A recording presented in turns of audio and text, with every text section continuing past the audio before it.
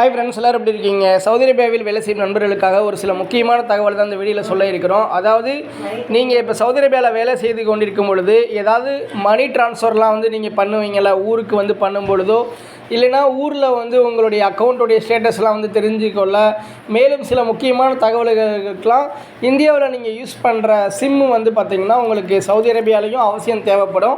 அந்த சிம்மு எப்போயுமே அந்த சிம் கார்டு ஆக்டிவ்லேயே இருக்கிறதுக்கு நீங்கள் அந்த சிம் கார்டை எப்போயுமே மாதம் ரீசார்ஜ் பண்ணுறது தான் ஒரு சிறந்த முறையாக இருக்கும்.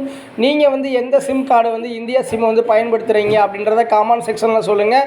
அதாவது இப்போ ஒரு சிம் கார்டு பார்த்திங்கன்னா உங்களுக்கு இப்போ நீங்கள் அதாவது இந்தியாவிலேருந்தோ இல்லை வெளிநாட்டிலேருந்து சவுதி அரேபியாவுக்கு வந்திருக்கீங்கன்னா வந்ததுலேருந்து ஒரு 3 மாதம் வரையும் ரீசார்ஜ் பண்ணதுலேருந்து வேலிடிட்டியில் இருக்கும்.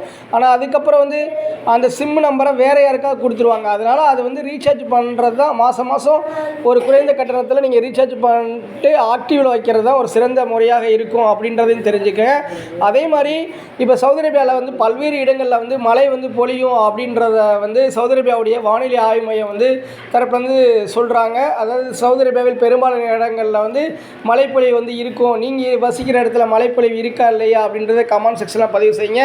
அதே மாதிரி இப்போ சவுதி அரேபியாவில் இந்த தொற்றுநோய் பரவல் குறித்து அதிகமான இப்போ விழிப்புணர்வுலாம் ஏற்படுத்தியிருக்கிற காரணத்தினால எய்ட்ஸ் போன்ற நோய்கள்லாம் யாருக்காவது இருந்தால் அவங்கள திரும்ப சொந்த நாட்டுக்கெல்லாம் அனுப்ப மாட்டோம் அப்படின்றத சவுதி அரசாங்கம் தரப்புலேருந்து பார்த்திங்கன்னா அதை வலியுறுத்தியிருக்கிறாங்க.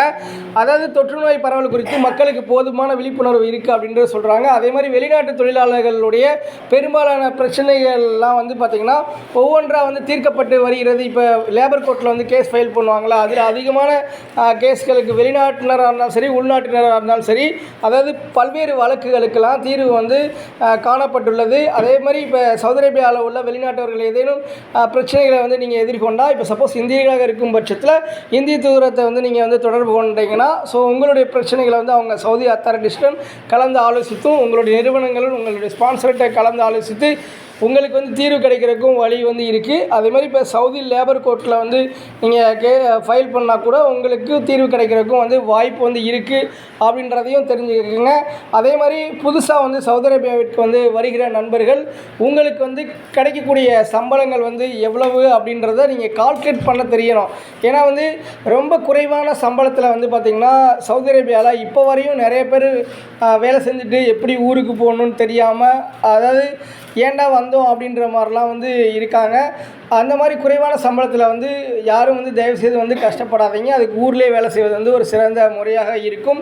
உங்களுக்கு எவ்வளோ சம்பளம் கிடைக்கிது அப்படின்றது எப்படி நீங்கள் கால்குலேட் பண்ணணும்னா சவுதி அரேபியாவில் உங்கள் செலவுகள் போக மீதி எவ்வளோ பணம் நீங்கள் ஊருக்கு அனுப்புகிறீங்களோ அதுதான் உங்களுடைய உண்மையான சம்பளம்.